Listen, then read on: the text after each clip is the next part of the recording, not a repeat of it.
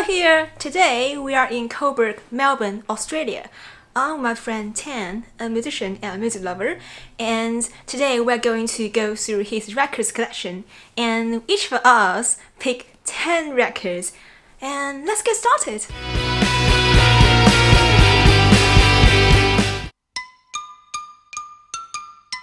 And so the first records I'm gonna pick is Wild 154. And the reason why I picked this album is I feel like this is such an essential record in the punk and post-punk history. For some reason, I just prefer Chairs Missing and 154 to Pink Flag. How about you? I also like this one the best. 154? Yeah, that's my favourite one. I just like the atmosphere on it. I think, and the overall soundscape is just this. It's so unique. Yeah. And yeah, it's so... Like, the other ones are a bit more standard. This one, the production and the instrumentation are just really interesting. Yeah. Also, I feel like at the time, this album was kind of ahead of its time. Totally. It's so ahead of its time. It feels like there's alternative music before alternative music. There's like actually a turn. By this stage, actually, even early on, they said they didn't like the term punk and that they didn't want to be considered as punks because a lot of the punks were really narrow-minded and judgmental, which can be true. Mm-hmm. Still, there's a lot of great stuff about punk as well. Mm-hmm. But yeah, they were getting sick of punk music from what I gather. They feel a bit more cerebral than the typical punk bands, you know what I mean? They are not like the Clash and Sex Pistols. Yeah. They're so like arty. They are definitely more artsy. It's like they're making a painting with a record. Yeah. Also, the song called 15th, that's just the best song ever. That is a good track. My favourite would probably just have to be the opening track. I should have known better. Oh, I love the closing track as well. And after these records, WoW just temporarily disbanded because they thought that they had run out of ideas. So that's my first pick, WoW 154. Do you like this record as well? Okay, well, my next pick, or my first pick, is going to be this first Wipers album. I kind of got into this record at the same time as I got into the Wire 154, so they kind of go together for me a little bit. They're only 1 year apart, something like that. Mm-hmm. They're right next, they're around the same time. But this record really captures the feeling of being kind of a bit of an outsider, or it's in that song Alien Boy. I think they really capture being an outsider and that sort of adolescent angst or something, which even though I'm not an adolescent anymore, I've still bloody kept it. Just won't go away. 'Cause he's an alien boy. A lot of people know this album because Kurt Cobain really liked it, and Nirvana did a cover of the song D7.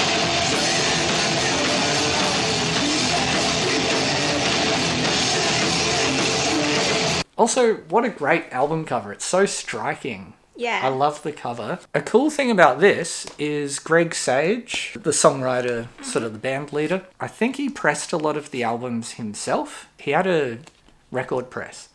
And another thing is that he made a lot of the guitar pedals that kind of give it its sound. Like, he made the pedals himself. He was good at electronics. So the guitar sounds that you hear on Wire Records are so unique because of that full DIY. And one last thing with this Wipers album is, although I love this record, my favourite is probably the third album, Over the Edge.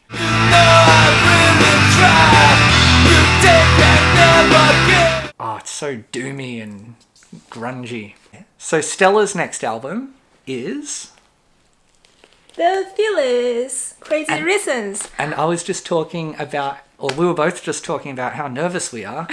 And this album captures nervous energy really well. Yeah, Take it away, Stella. Kind of nerds who are a little bit anxious. And actually, I had this vinyl as well. And I am still quite obsessed with the Feelies. How did you discover the Feelies?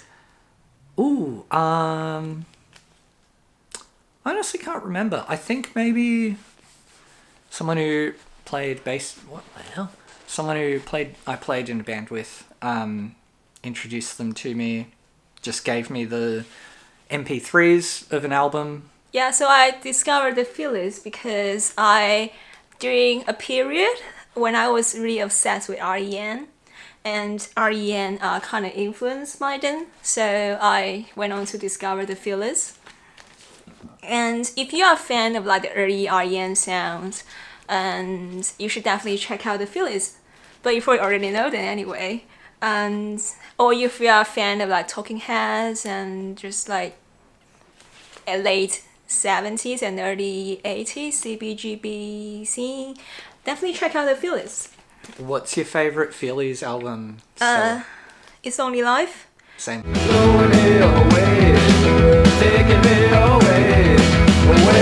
This one's more like nervous. Yeah. Only Life is a bit more relaxed and beautiful or something. More pop, I guess. Yeah, more pop for sure. Yeah. And this Only Life definitely has very suburban nerds. Is that a nice word? Yeah, it's even got just like a photo of a house on the cover, so you're sort of right about that.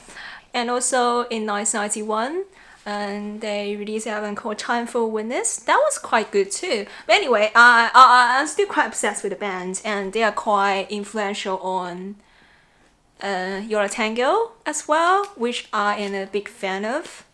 But yeah, the Feelies, they are quite influenced by the Velvet Underground. If you want to listen to some kind of punk, post-punk version, alternative version of the Velvet Underground, check out the Feelies.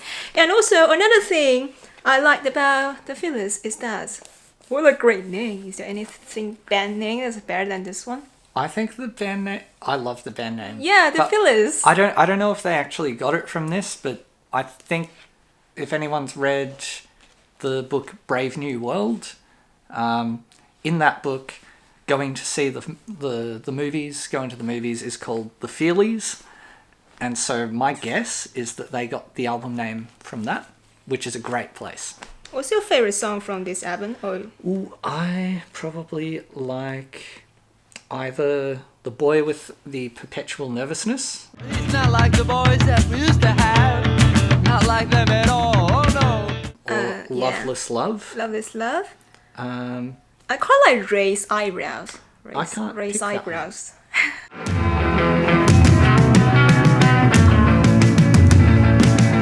Very creative album, and yeah, it just sounds like the name Crazy Reasons. Yes. The Feelies. Do yourself a favor, check out the Feelies if you haven't, and send me later. Okay, so for some less angsty stuff and getting into the more jangly territory that's like glistening and poppy, one of my favourite bands is The Church, Australian band. This one is funny because so many current Australian musicians, even like The Church, have become really uncool for lots of people. Everyone loves the Go-Betweens and everyone loves the Triffids, and I guess it's because Steve Kilbey, from the singer from The Church, has a reputation for loving himself and sort of being big ego and stuff. But musically, they're the best. Did you say that people loving The Church in Australia over the Go-Between is a sign of tall poppy syndrome? Australian culture? That makes sense as well. Yeah, everyone's like, oh, the Go-Betweens didn't get the recognition they deserved, and they like the Go-Betweens for that reason. Whereas The Church were big. They got a lot of attention. They had like a hit. I don't think it was a number one hit, but I think it was number 2 in America with Under the Milky Way. Mm-hmm. And so they were playing a more commercial game than a lot of the other musicians making the same sort of music. And so a lot of the punks of the day and a lot of people haven't given them as much attention in hindsight. But I actually think musically they're one of the best. Or they're my favourite. Anyway, enough about that side of things. This album... Do you know this album, Stella? I had a listen. Yeah. What did you think? I listened to Heyday quite a lot. Yep. But I'm not less familiar with this one, yeah.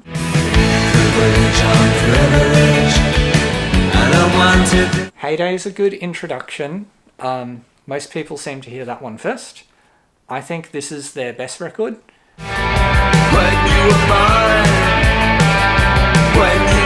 The Church are really sentimental to me because my mum and my dad both loved them and they went to see them together a lot. It was a big part of getting into music, like sitting around in the kitchen with my mum and dad and listening to the Church records. Also, I got into the Church because of the film Donnie Darko. Have you seen that? Yeah. Oh my. Yep. Was it the church in that movie?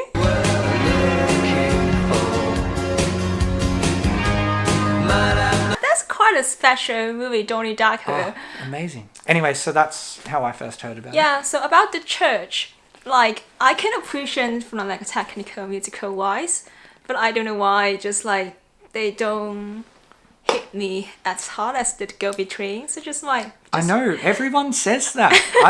So maybe there's something wrong with me, but I like the Church the best. I guess the Go Between are like your friends. They have a more of an emotive quality. Yeah, you're right. Is that area sometimes they speak your mood. They are a bit like the Australian The Smiths. Obviously a more sunshiny and more bright and happier version of The Smiths. Steve Kilbey from the Church. Yeah. And Grant McLennan from the Go-Betweens. Mm-hmm. They made an album together.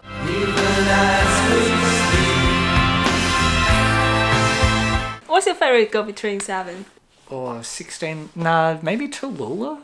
Tallulah is a great one. I think my favourite is Liberty Bell. Yep. Nice. Yeah, that's one. That album is so beautiful. So my next pick is the Durutti column, Another Setting. And they're actually the first band I think got signed to Tony Wilson's Factory Records, the Durutti column. But they actually sounds a little bit different than the other typical Factory Records bands, or just from the post-punk era from England then. They kind of sounds more atmospheric, melancholic, sometimes very nostalgic. I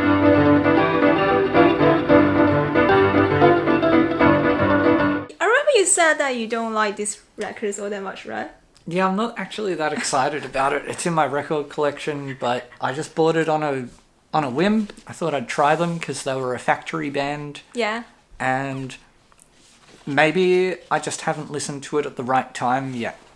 Or maybe it's just not for me. I think this might not be the best, the Durutti Colin records though. I think... Yeah, maybe I need to hear a different one. Their previous two, like The Return of Durutti Colin and LC, that might be better, but this one is quite good too. I feel like the reason why I quite like the band is because they are so incredibly like evocative of a certain time and place. Like they are like watercolor painting in some ways. Just like these kind of watercolor paintings, you know? Do you mean they remind you of a certain time and place in your life, or they make you think, like, they make you imagine being in the 80s? I think both. They're like Japanese haiku in sometimes. They kind of just very evocative of a certain scene, a landscape, a person, a feeling, and a mood. Yeah, the Durutti Colin, I quite like this band personally. Yeah, so that's my pick. Okay, well, this one kind of goes with the Church a little bit, goes with the Durutti column a little bit as well. It's got really great guitar parts. Kind of sounds like George Harrison from the Beatles kind of guitar playing. Very jangly, very happy. My favourite track is... I really like the track 1.5 Hours Ago. That one's cool.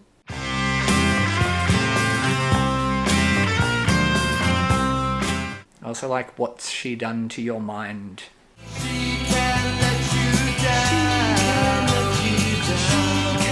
I love this album cover. Yeah, the album cover's beautiful. Yeah. The colours of the balloons contrasting with the sort of black and white Yeah. is really nice. Yeah.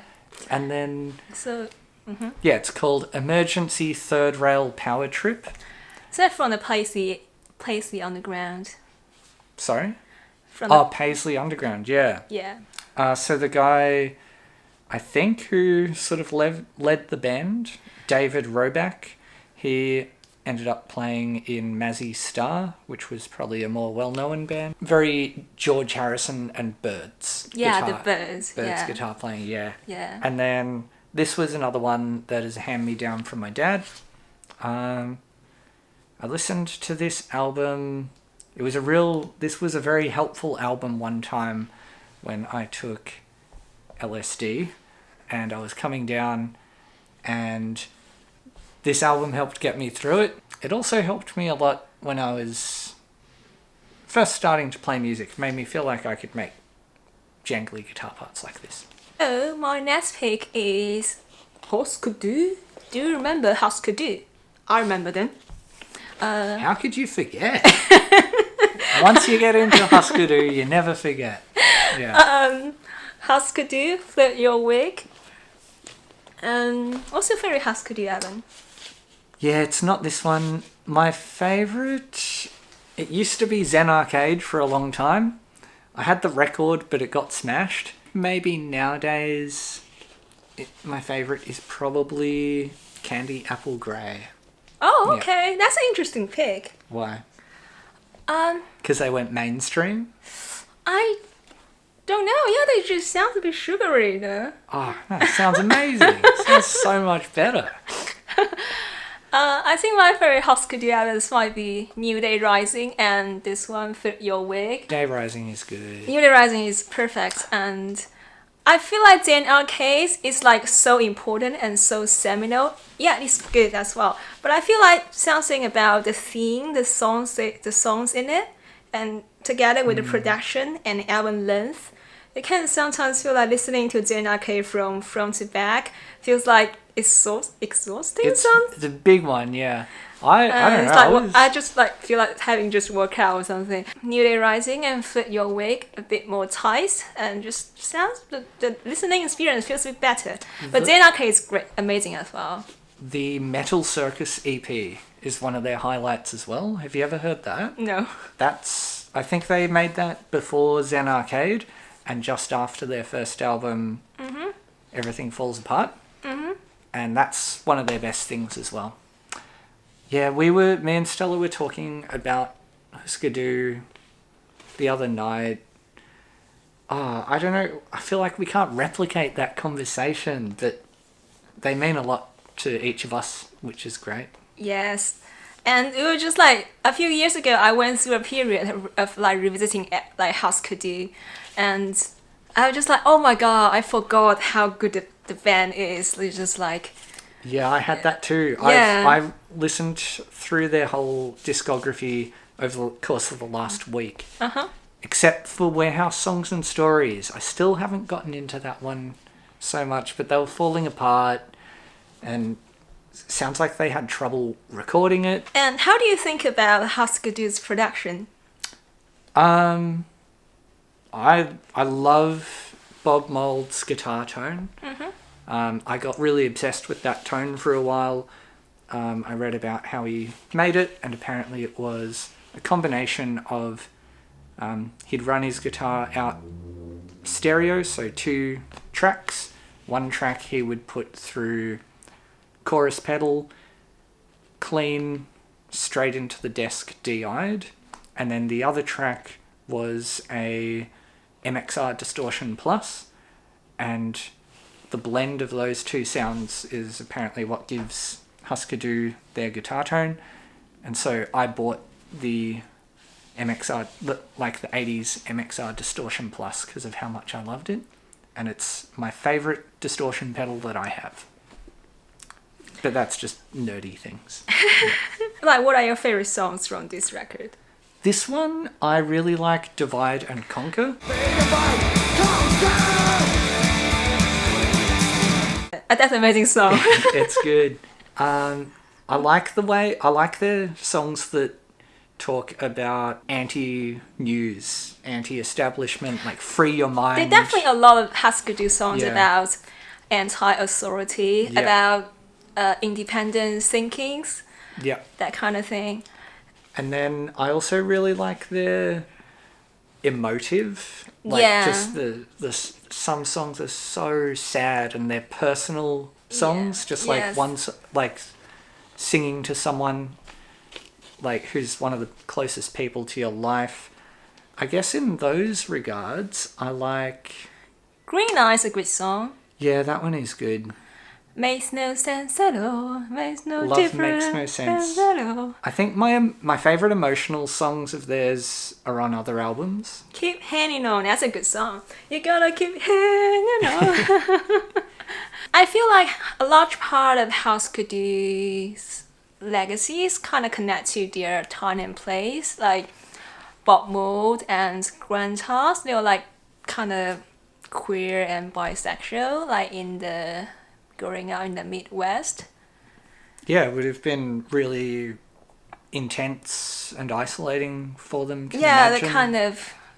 that kind of background upbringing and in the punk Yeah, and that time hardcore and place. community. Yep. And also, if you haven't read like Bob Moore's autobiography, yeah, definitely check it out. Something I like about them in that regard is sometimes when I'm listening to them, I feel like there's a chance that they might be singing about being queer or the problems that they have in that regard, but it's so universal, and it does, as a listener, I feel like it doesn't really matter how you identify.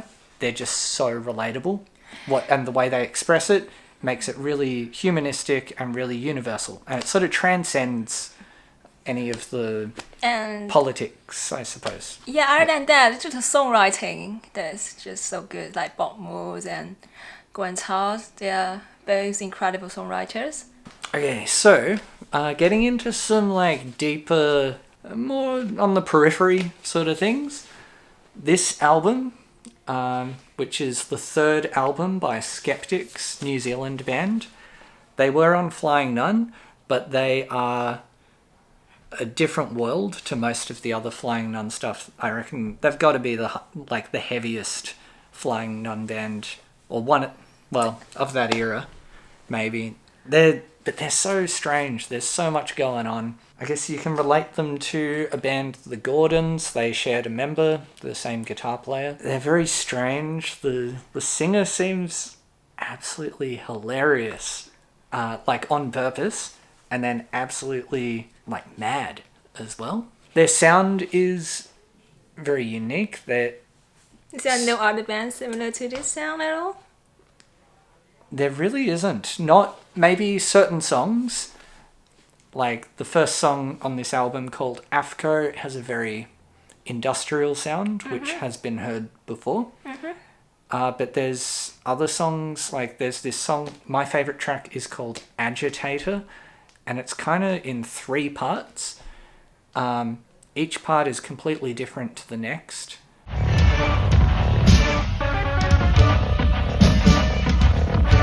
And describing a song like that one is very difficult.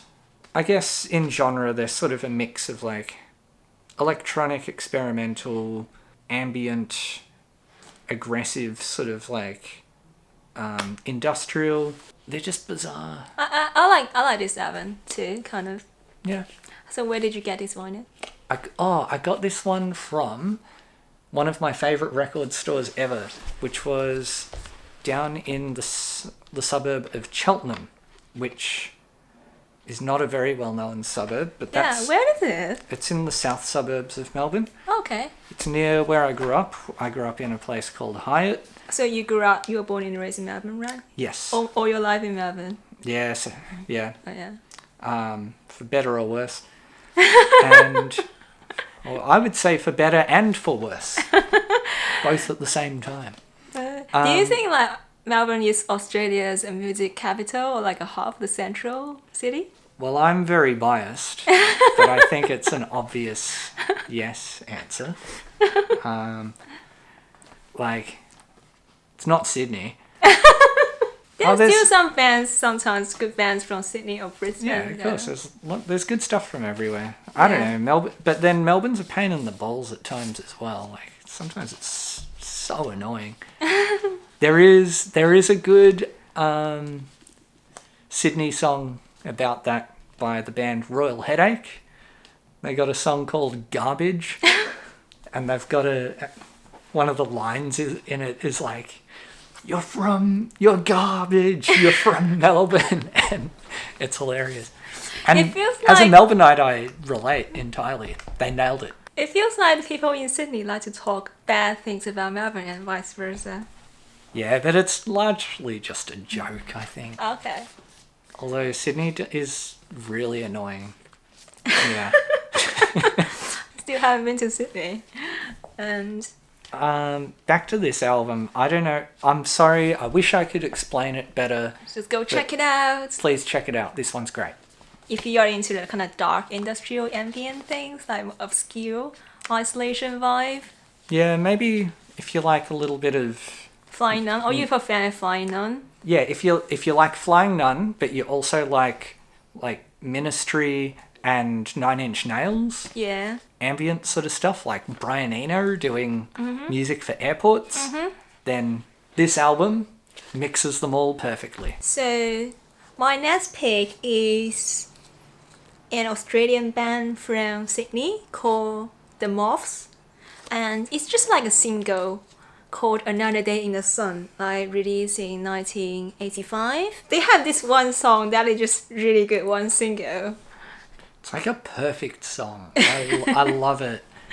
I don't know much about the band myself. I don't know heaps about like what they did, and I've listened to bits of their other stuff and it's okay, but this song is just the best.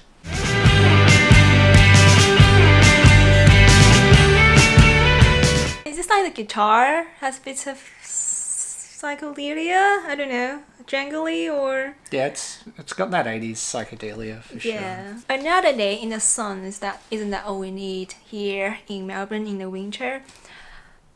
I Melbourne know. winters are the worst. It's a I really know horrible the winter. rest of the world you are having your summertime. I'm jealous. Do you like the rest of the Moffs? Like, I've got a compilation. They made a compilation CD, and it's good, but it's not great. yeah. Is how I feel about it. It's just like this single. Definitely check it out, and you send me later. Another Day in the Sun. I feel like this song kind of made me feel nostalgic about a kind of good old days in Australia about 30, 40 years ago that I never even experienced myself. It feels like Yeah, I feel that as well. yeah, that kind of feeling.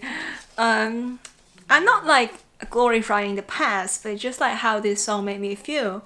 Next one I've picked is this album the band is called My Dad Is Dead, which is, when I first heard it, I thought it was such a bad band name because it's just like so angsty. But then I heard them and they're really good and you should definitely listen to them.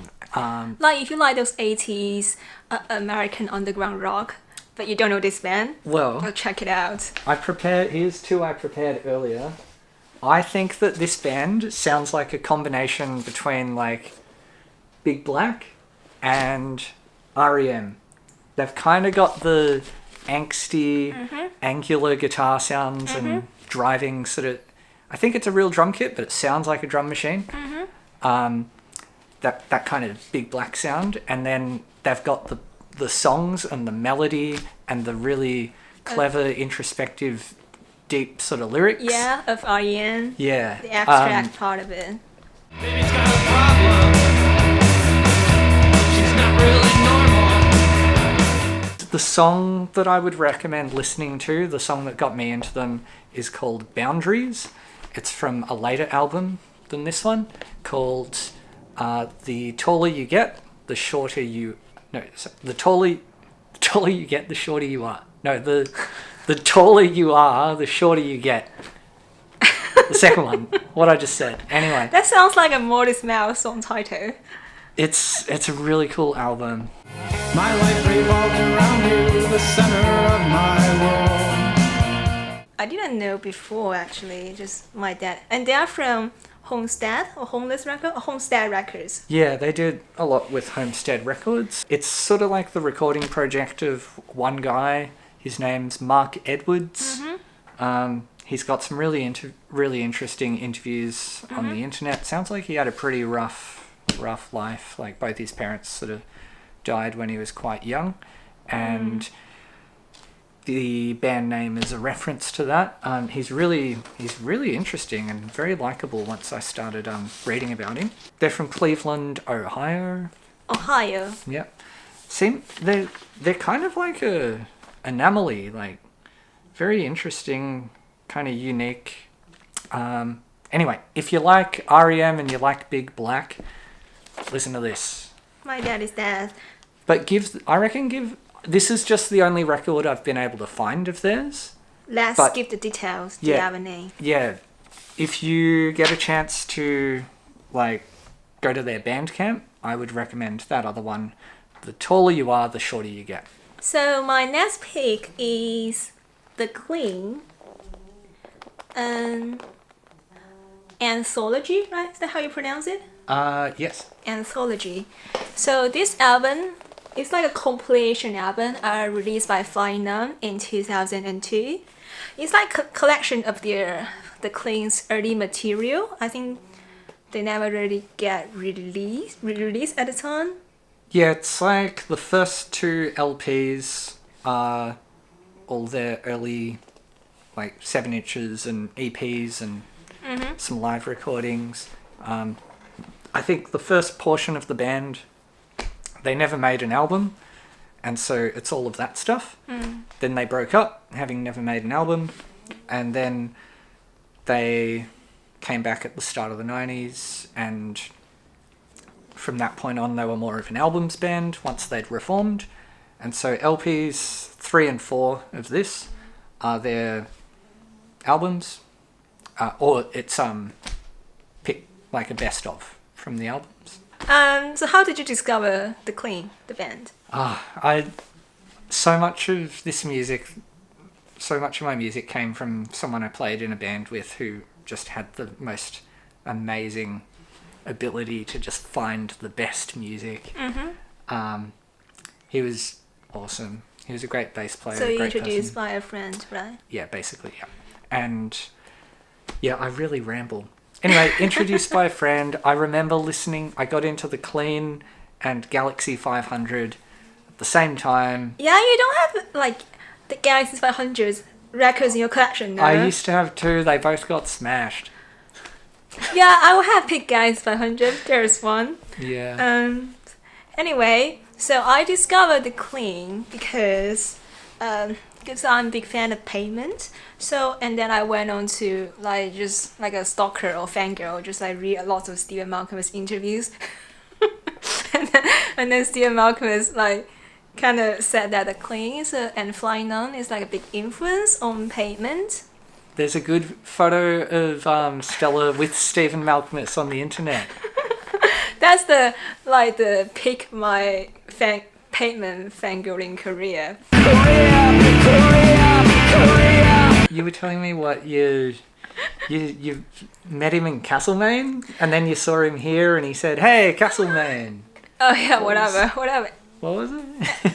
The Clean and Flying Nun not only has a big influence on Pavement, as well as just a lot of American alternative things like Neutral Milk Hotel, actually REM too a bit, and Yola Tango.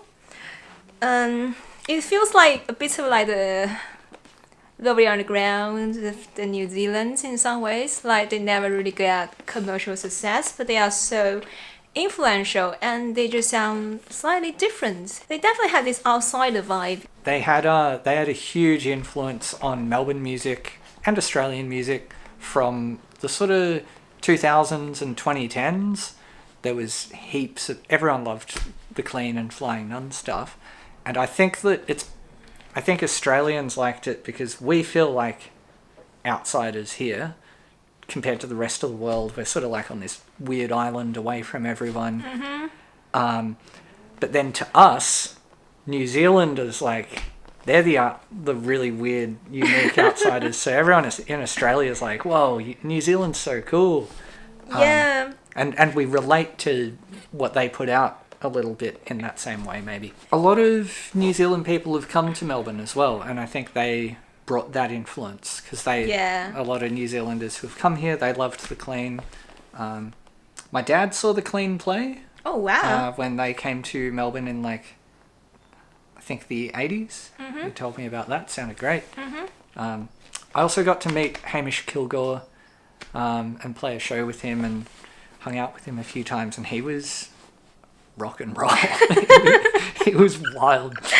It was really sad that he passed away. Yeah, a few years ago. Yeah. What are the Flying Nuns acts do you like?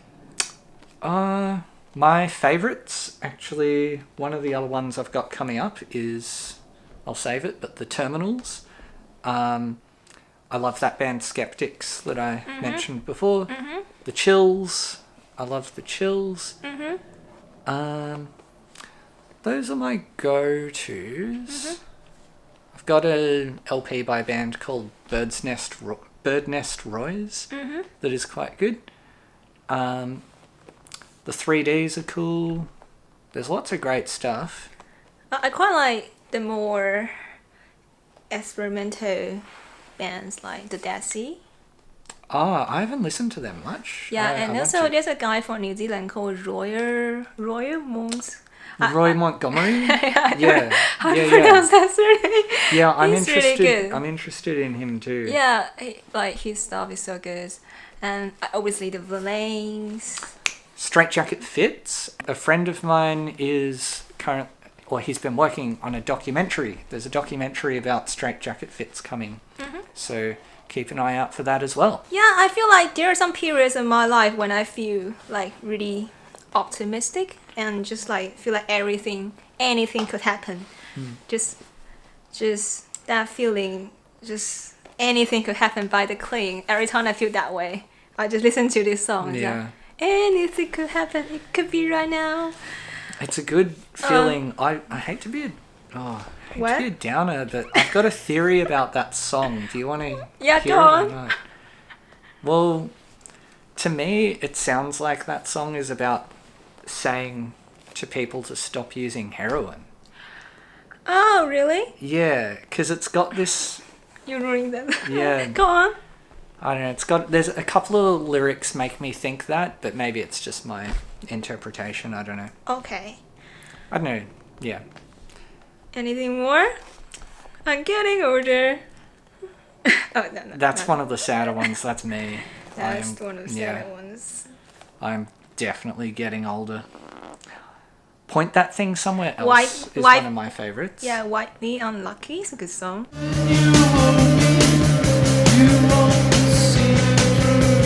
My favourite is Do Your Thing, probably. I can't pick that one. Yeah, that one's amazing. I feel like a lot of the Flying Nun bands, they have really fun like song names and song album names, and as well as just their band names too. They have a very like intellectual side to their bands, the Flying Nun bands. Do Do you you like? think? Yeah, they're pretty clever. If you're an alternative music fan, definitely check out Flying Nun and the Clean and Anthology. So, what is the most commercially successful Flying Nun band? The Chills. Yeah, the Chills. Well, checking in. How are you going? I'm good. Just a bit hungry. Yeah, I know. We ordered some dumplings, which we're waiting for, and they should be here pretty soon. Should Okay. By the way, Yeah. what's the beer you're drinking? It's 4X. 4X. It's because of my housemate. We are doing some free 4X commercial. If anyone working at 4X wants to do a sponsorship, yeah, Hey, Oscar, yeah. Thank you. we're doing a sponsorship Yeah. for 4X. Contact me on because email. You got me onto them. stellarsencounter@outlook.com. Contact me. We can do some like cooperation about sponsorship of 4X. And it's like, I think it's from Castlemaine, right? Yeah, I always thought it was a Queensland beer because it does say Pride of Queensland. I think it was But- originated from Queensland. Yeah, but now it like, says Castlemaine Brewery. Yeah. Oh god, that's a hard word Yeah. to say. I think there's Castlemaine in Queensland. Oh. If you could hear, there's a Castlemaine in Queensland. Do you like this beer? It's like just as good or bad as everything else I drink. I don't really. Better than Victoria Bitter? Oh, everything's better than Victoria Bitter. That's. Oof. That's nasty. But okay. Well, promo over. Should we move on? Yes. Okay. Start again or? Tap water commercial. Because Melbourne is so close to Antarctica, and supposedly Melbourne has the cleanest and tastiest tap water all over the world. Yeah. Yeah, we don't need Mount Franklin here. Yeah, I think like a tourism apartment of like Melbourne and Victoria. Send me later. Yeah, Yeah. You can drink the toilet. You can drink the toilet water in a public toilet, and you'll be fine here. Let's stop it and go to the next record. Continuing with Flying Nun stuff that we were talking about. My next record is The Terminals, which is this one's an EP, or maybe you'd call it a mini album. However, their first album, Disconnect. No, not Disconnect. Uncoffined. This one is Disconnect. Anyway, this is one of my favourite Flying Nun bands. They are darker than the other sort of stuff that's well known. Like they're a lot moodier and darker than the Clean, but they're just as catchy. And the singer has this really dramatic, operatic sort of voice. He's incredible. Save it now, oh can't you see? Save it now. Yeah, there's real cool darkness to these ones. Even just looking at the album cover, it's pretty it's grim. I mean, they're called The Terminals, which I guess could have multiple meanings, like a bus terminal, or it could be, but I've always thought of it as like the terminally ill, which is how I feel, even though I'm technically not. And then the album is called Disconnect, and then it's got this creepy image of like a child touching grandpa's leg. And the colour scheme is just green and moody and murky. This is one of the first things I ever bought off Discogs as well. I can't remember which came first. Any flavor songs, or you remember? From this one, I like the opening two, Batwing and Blistering Heart. But my favourite songs of theirs are probably on this, the Uncoffined one. And I love their version of Love, Hate, Revenge, which is actually a cover of an old New Zealand band called The Avengers, for like a 60s band, and they're worth listening to. But my favourites on this would be that cover, and then the tracks Frozen Car. It's a very interesting listen. Yeah. It's very... The cover art for this one's really quite angsty as well. Yeah. Anyway, The Terminals.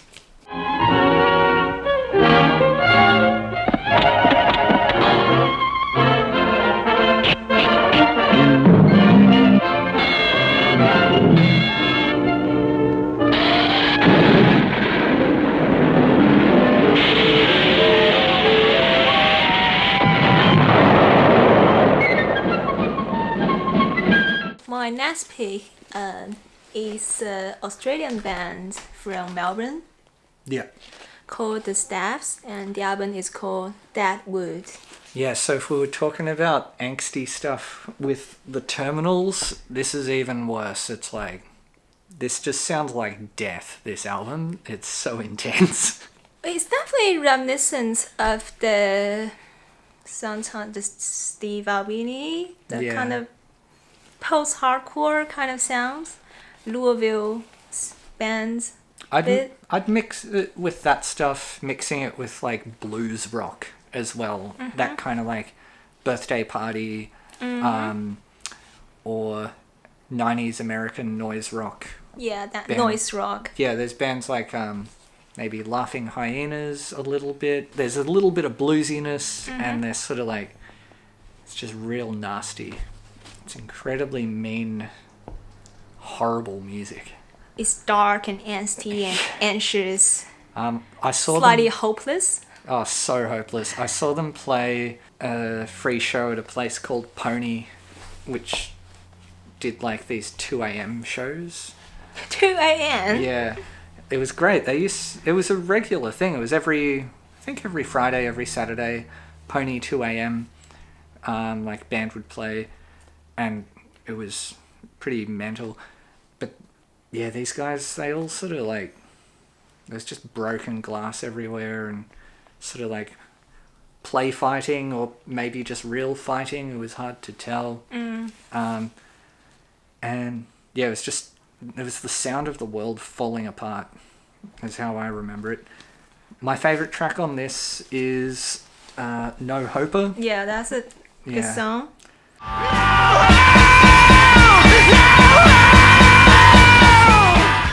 Blues in F sharp. Yeah, that's an F sharp. Yeah. I can't pick that one off the top of my head. I like track 2, Split Lips. I was friends with the bass player, guy Mark. He was really sweet. The drummer has been a big part of the Melbourne scene. Oh yeah, for a shout long out to time. my friend Brandon if you're watching this. Yeah. Cool. I've never met him. This one, I'm trying to think of. Oh yeah, this reminds me. I saw them play supporting Rowland S. Howard at a place called Ding Dong, which was amazing. That was around the time that Rowland S. Howard started to get a little bit of attention again, finally, before he died. Sad story of Rowland S. Howard. One more thing for anyone who likes this Stabs record is there's a thing called Eternal Soundcheck that was a video made by this guy Matt Kennedy in Brisbane. He had a band called Kitchen's Floor, and that documented some of the Stabs playing, but it documented that feel of really things falling apart, really like small venues, things going crazy, really insane sort of chaotic bands that was happening maybe like 2006 to 2012 or something. So Eternal Soundcheck is a really good document of that time. And following on from the Stabs, already mentioned, but this one, Teenage Snuff Film by Rowland S. Howard. A very dirty, dirty title. Honestly, it's my special take. It's like I cannot stand the guy called Nick Cave. But I like Rowland S. Howard's. Yeah, I like Rowland S. Howard more as well.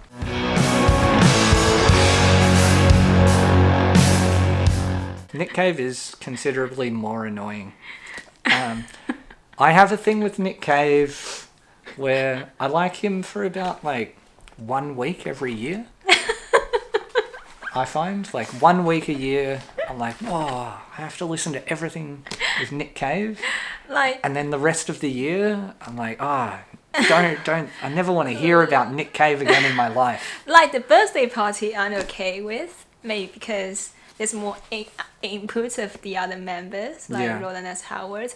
But like his solo things, I can only say it's not for me. Sorry. I think one of the secret ingredients to all of this stuff was Mick Harvey, who was a multi-instrumentalist.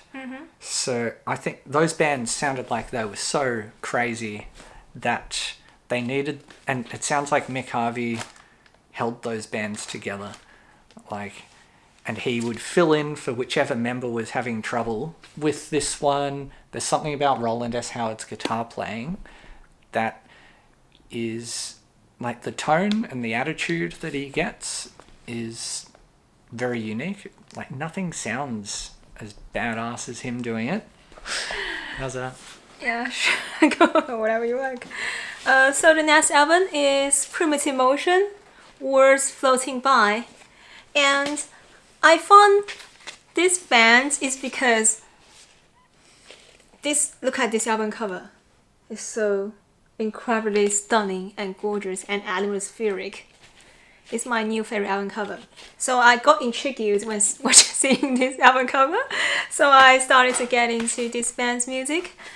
Yeah, like, how would you describe it? It's like, I think they sound like a combination of that 60s... I've put my hood on because I'm cold. I think they sound like the 60s band Silver Apples, Yeah. a little bit, combined with... Stereo Lab. Yeah, that's a good...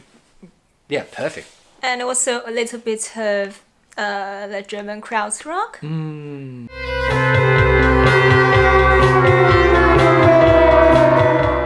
They're a Brisbane band. Yeah, They seemed to be... I've never seen them play, but... they are like a duo. Yeah. Yeah, but can be kind of ethereal, otherworldly, serene. It's very magical as well, I Yes, think. It's yes. quite magical. Yeah, I think ambient and instrumental things has been kind of like the things I like to listen to in recent years in general. So yes, this is a Words Floating By. What a beautiful album name! Look at it. Words Floating By just sounds like Words Floating By, and this album cover.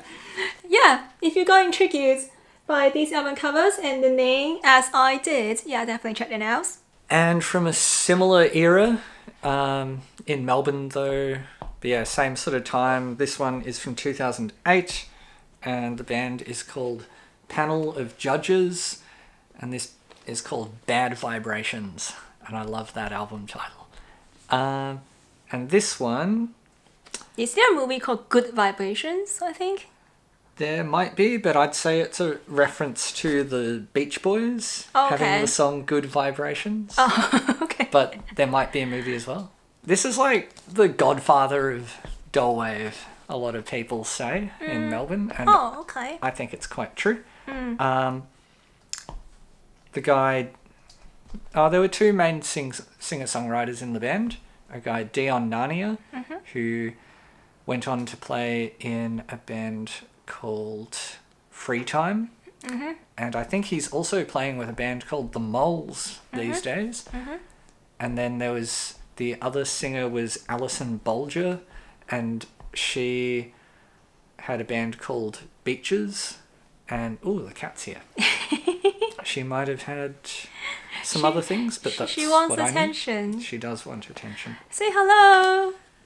Say hello to the audience. But yeah, this sort of predated a lot of that stuff, and everyone in Melbourne or a lot of people in Melbourne were really inspired by this band. Yeah, I don't know if you agree. When I listen to this record, I feel like it has such a Australian and Melbourne vibe in it. It does. And if you were to relate it to something from elsewhere, it probably sounds a little bit like the Velvet Underground or the maybe Galaxy 500 and maybe a little bit Flying Nun, is my thoughts. But I don't know. And then maybe a bit sad, on the sad side of all those things. It's quite downer. Kind of wistful, a little bit. Yeah. And then... Kind of intimate as well. Wistful, intimate. Oh, you can skip this bit. But I've done a cover of Lady at Sea from this album. So the next one is a band from Melbourne. They are called Numb, and this is a self-titled album released in 2014. Yeah. How would you describe their sound? It's kind of industrial. Yeah, With a little bit industrial, but more like sings, no wave synth sort of stuff. yeah, sings punk, dance punk, no wave, the kind of vocals, the female vocals. Yeah. What else to describe? Yeah. I'm not sure. It's I'm getting tired. It's a great record. It's I don't know, I'm tired. There's We're gonna finish soon. there We're are gonna finish soon. 3-piece, and it was 2 synths, and they looked cool because they had the 2 synthesizers either side of the stage, Yeah. and then the girl Jenny, she worked at the record store I mentioned called Missing Link, Uh-huh. and she would be a really great front person and lots of energy, and she looked kind of scary but kind of fun, and the sound is really energetic, driving sort of synthy industrial no wave. Yeah, yeah.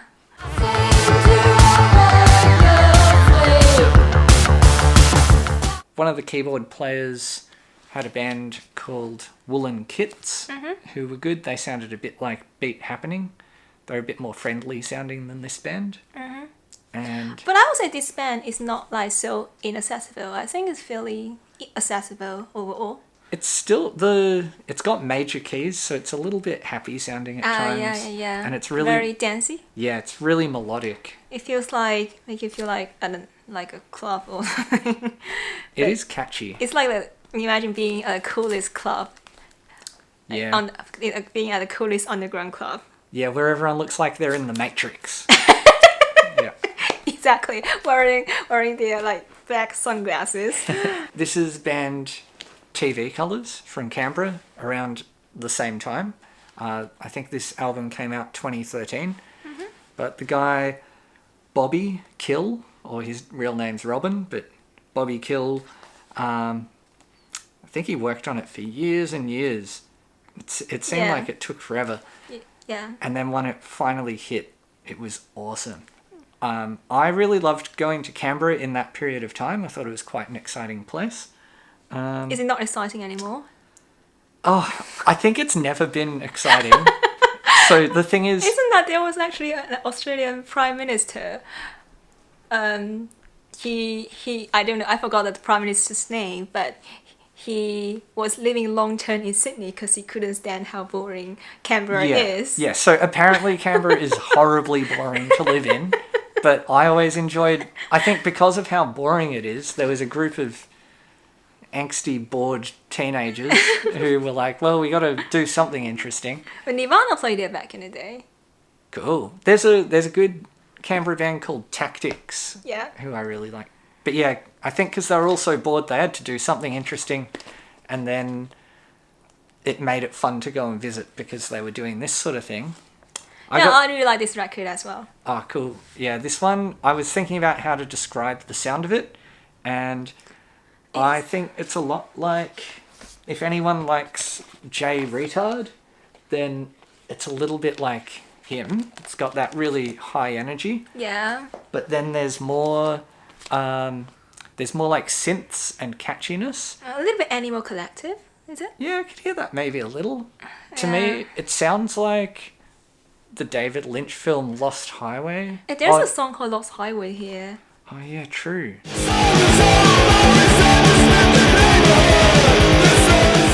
It sounds like driving down a highway at nighttime a little bit. But yeah, really high. Yeah, maybe a little bit. The back cover has this photo that kind of looks like, I think it's the Canberra city. It sounds like 80s LA at nighttime. What I imagine Yeah, LA David Lynch background. in the nighttime. Except it's funny because because Canberra's like the opposite of LA. It's like the smallest, most boring little shitty place that nothing happens. Well, I heard that at least it's like Garden City where it was beautifully planned and designed. It was specially designed for being a capital city. Yeah, Right. but because of that, it's so I know. lifeless because it has nothing. It has nothing natural about it. It's just this. If you are from Canberra and you disagree, just please comment Yeah. down below. You just got a lot of enemies there. Nah, most of the people I've met from Canberra are like, yeah, it sucks, it's shit. It's dripping with like teenage angst sort of Yes. sounds. It's really angsty. Yeah, it's definitely like a nerdy, geeky teenager Yeah. being in his bedroom, experimenting with sounds. So the 10th record I'm going to talk about is the final one. It's one called Big Supermarket, 1800s. And it's kind of like have an early flying sound to them. It's kind of like lo-fi, bedroom, DIY, flying song.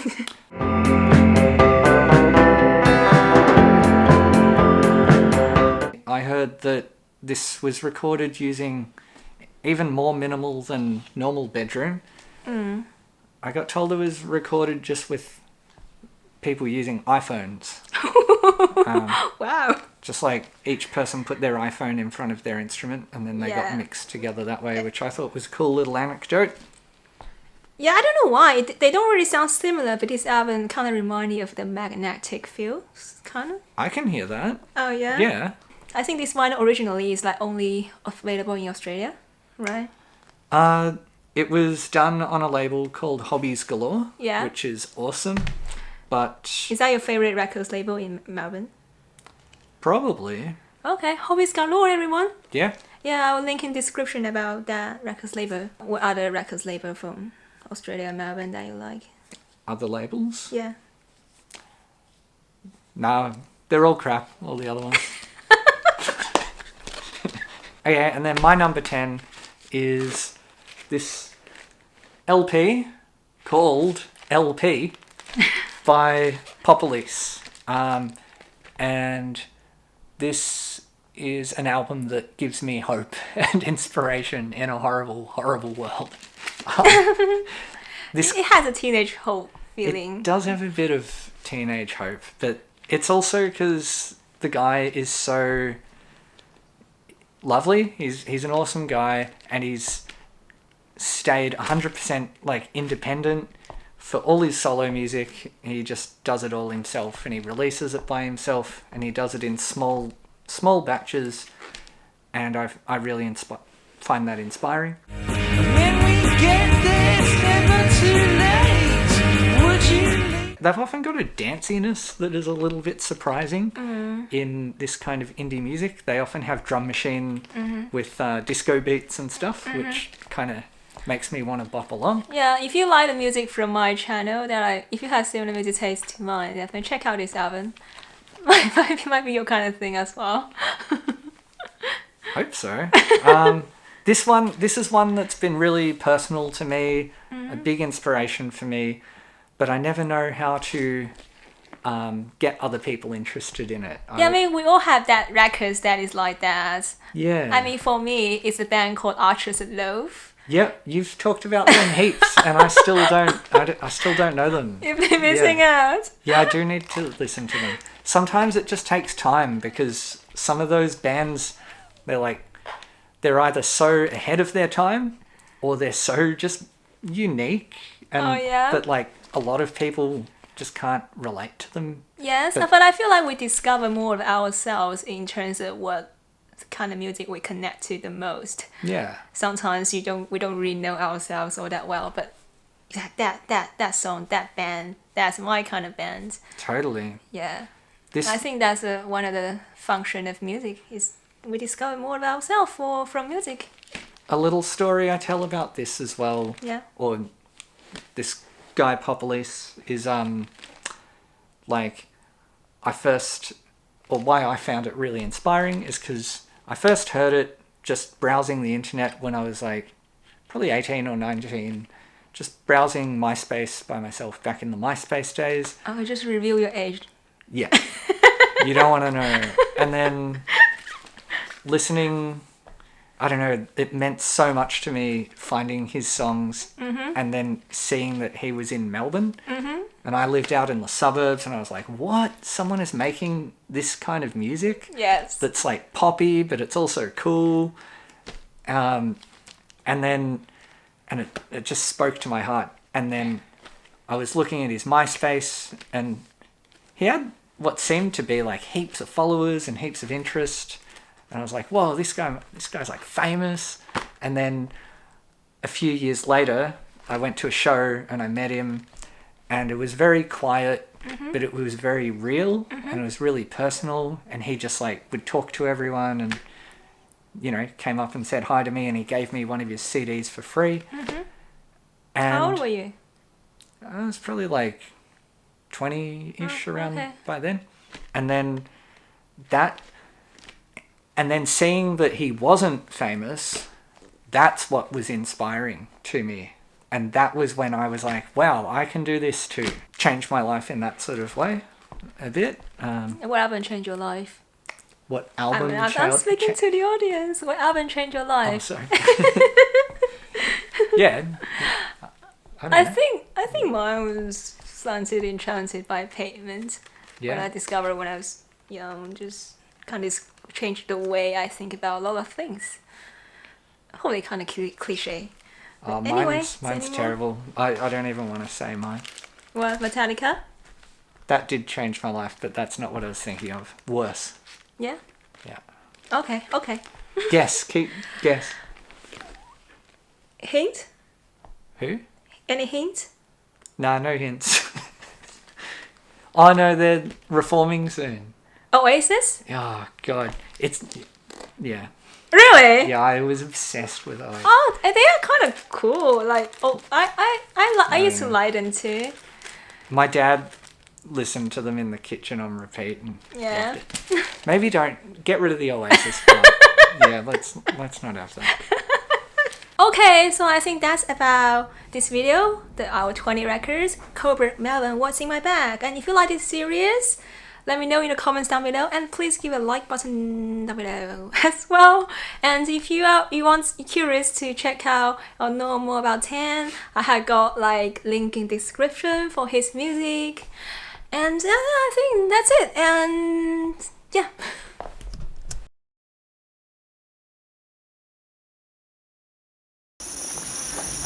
What is it? I can see the pub from here. Australians wouldn't give a Castlemaine 4X for anything else.